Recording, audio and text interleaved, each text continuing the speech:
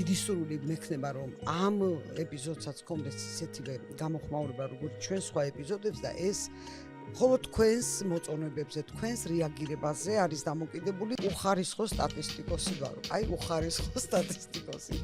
მოვიდა ჩვენთან სტუდიაში და ადამიანმა იცის თვლა, იცის ციფრები და იცის ტექსტში სტრიქონებს შორის წაიკითხოს ის, რასაც ზოგიერთი წაკითხულ და განმარტებულსაც ვერ იგებს. ეს ხო ის დოკუმენტია, შალახო და დინპიტაურით რო ხელი მოეწერა.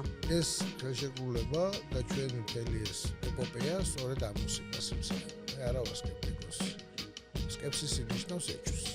რანაირი ეჭვი არ მიპარება, მე ამ ხელშეკრულებაში ყველაფერი წერია შავით თეთრს. და დავიწყოთ იმით, თუ რას ელოდება ჩვენი მოსახლეობა ევროკავშირის. ევროპა არ არის ევროკავშირი. ევროკავშირი არის ევროპის პატარა ნაწილი, დასავლეთ ნაწილი, ძირითადად კაროლინგური ბირთვის ქვეყნები არის ამის საფუძველი. საფრანგეთი, მესამე რაიხი, მეორე რაიხი, ბრიტანეთის იმპერია თუ ასე შემდეგ, ყველა მათგანი ატარებს რომის იმპერიის ბანტომურ ტკივილებს. არისტოტელე ონასისის გემახსოვრება, დიდი ბერძენი გემთლუბელი და აბა მოიკითხეთ საბერძნეთში თუ არის გემთშენებლობი და რაიმე დარჩენილი. არაფერი. შემთხვევით ეს კილის და როსტოკის და სხვა გერმანული გემთშენებელი ინდუსტრიის სასარგებლოდ ხომ არ გაჩერდა. თქვენთვის გასაგებია რა თქმა უნდა, იმიტომ რომ თქვენ იურიდიულ გნელმეტყველებას ახლოს იცნობთ. დიახ. მაგრამ ყველა არ იცნობს ამას ახლოს.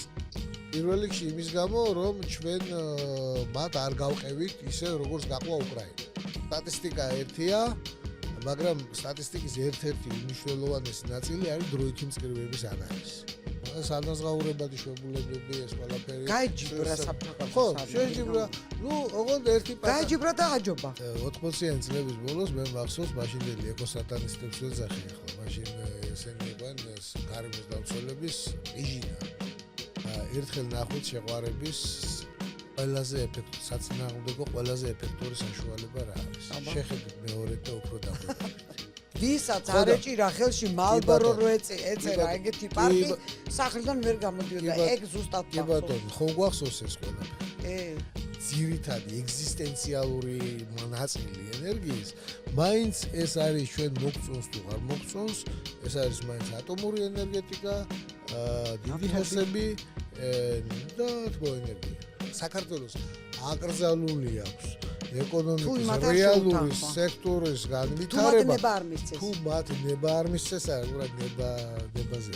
თუ ისინი არ არიან მესაკუთრეები აქ. ეს პროცესი ჩვენთან ახლა არ დაწყებულა, მეცაღან დავიწყე და აღარ დავასრულე. ეკრე პირველი დროიდან დაიწყო ეს ჩვენი გამოქანებული ვართ იმ დროიდან. ევრომადიდებლობა. დადგება ის ბედნიერი დრო და ჟამი, რომ დაგვიძახებენ აბა მოდიხა მოვილაპარაკოთო და დავით მოვაწეროთ ხელიო. როგორც მენდეს მასიელმა თქვა, კანონდოსელები რომ კამორელებს თან მომსაბირებდნენ, ჩვენ აუცილებლად გავიმარჯვებთ კონსელიერო და მეთქვა დაგვიწყო.